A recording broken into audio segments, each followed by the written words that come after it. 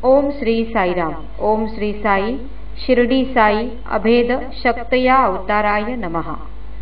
भगवान श्री सत्यसाई बाबा ज्यांची अवतार शक्ती शिर्डी साई अवतार शक्तीहून भिन्न नाही, त्यांना आमचा नमस्कार असो। भगवान श्री सत्यसाई बाबांनी आपल्या जन्मापूर्वीच व जन्म झाल्यापासून आपण ईश्वरी अवतार असल्याचे विविध चमत्कारांद्वारे दाखवून दिले होते। परंतु 23 मे 1940 रोजी सर्वप्रथम मी साईबाबा आहे ही घोषणा त्यांनी केली। एवढेच नव्हे तर बाबांनी ओंजळीतून जुईची फुले जमिनीवर टाकून त्यामधून निर्माण झालेली तेलुगू भाषेतील साईबाबा ही अक्षरेही सर्वांना दाखविली। या घटनांच्या हजारो वर्षापूर्वीच भृगु, अगस्ती, वसिष्ठ व शुकमुनींनी भृजपत्रावर संस्कृत भाषेतून साईंच्या शिर्डी साई, सत्यसाई व प्रेमसाई या अवतारांबद्दल लिहून ठेवले आहे। भगवान श्री सत्यसाईंनी अवतार ग्रहण केल्यानंतर आपण शिर्डी साई आहोत हे आपल्या लीलांनी दाखवून दिले आहे। शारदांबा या शिर्डी अवतारांचा सहवास लाभलेल्या श्री भक्ताने आपले उर्वरित आयुष्य पुट्टपर्ती येथे सत्यसाई अवतारासमवेत काढून जीवन कृतार्थ केले। श्रीमती हिराबाई बडोदेकर, श्री पांडुरंग दीक्षितांच्या मातोश्री या सुद्धा दोन्ही अवतारांचे दर्शन घेऊन धन्य झाला। दोन्ही अवतारांची बोलण्याची, आविर्भाव करण्याचा, चमत्कार करण्याच्या पद्धतीमध्येही त्यांना साम्य आढळले। धर्मक्षेत्राच्या स्थापनेपूर्वीची ही कहाणी। एकदा स्वामी आपल्या मुंबई भेटी दरम्यान अंधेरी येथे असलेल्या मोदींच्या बंगल्यावर वास्तव्यास होते। त्यावेळी त्यांनी श्री व सौ पांडुरंग दीक्षितांना एक दिवस सकाळी मुलाखत देण्यासाठी म्हणून बोलावून घेतले।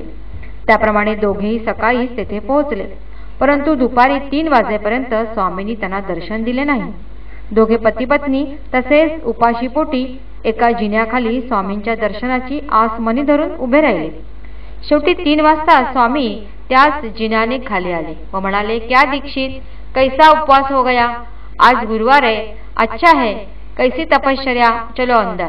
त्यानंतर सुमारे तासभर स्वामींनी दोघांवरही कृपेचा वर्षाव केला। 4 वाजता अचानक स्वामी त्यांना म्हणाले, तू बनवलेली शिर्डी साईंची डॉक्युमेंटरी फिल्म मला बघायची आहे, जा घेऊन ये। स्वामींची आज्ञा शिरसावंद मानून श्री दीक्षित तिकडून निघाले व ज्या कंपनीत फिल्म प्रोसेसिंगला दिली होती तिथं पोहोचले। वास्तविक ही फिल्म त्यांनी 2च दिवस आधी प्रोसेसिंगला दिली होती व तिचे प्रिंट्स मिळण्यास कमीत कमी 8 ते 10 दिवस लागतात हे त्यांना माहीत होते। परंतु साईंवरील श्रद्धेमुळे त्यांच्या आज्ञेने श्री दीक्षित त्या कंपनीत गेले आणि समोरूनच एक शिपाई फिल्मचे 2 डबे खांद्यावरून घेऊन आत आला। ते होते शिर्डी साईंवरील डॉक्युमेंटरीचे। त्यांचे असे झाले होते की त्याच वेळी प्रथमच नवीन पद्धतींचे प्रोसेसिंग केल्यामुळे केवळ 2 दिवसात हे काम झाले होते। दीक्षित ते डबे घेऊन मोदींच्या बंगल्यावर पोहोचले। त्यांनी स्वामींना पुष्पहार घातला व स्वामींच्या आज्ञेप्रमाणे त्यावेळी उपस्थित मोजक्या भक्तांसमवेत सर्वांनी तो लघुपट पाहण्यास सुरुवात केली। लघुपट सुरू झाल्यावर त्यातील प्रत्येक दृश्याचे वर्णन स्वतः स्वामींनी सुरू केले। जसे श्यामसुंदर घोड्याचा पुतळा दिसल्यावर स्वामी म्हणाले, हा पूर्वी श्याम नावाचा सैपाकी होता। पुढे अश्वयोनीत जन्मल्यावर स्वामींनी त्याचे नाव श्यामसुंदर ठेवले। द्वारकामाईतील साईंचे पोर्ट्रेट पाहून स्वामी म्हणाले, काका जयकरने माझ्या मागे लागून लागून परवानगी मिळवली व त्यासाठी 2 दिवस पुढे बसून हे चित्र काढण्यात आले। अशा प्रकारे प्रत्येक दृश्याचे त्यांनी वर्णन केले। लघुपट संपल्यावर स्वामी म्हणाले, आज मैंने क्यों फिल्म देखा मालूम? आज मैंने फिल्म देख के बर्थडे सेलिब्रेट किया।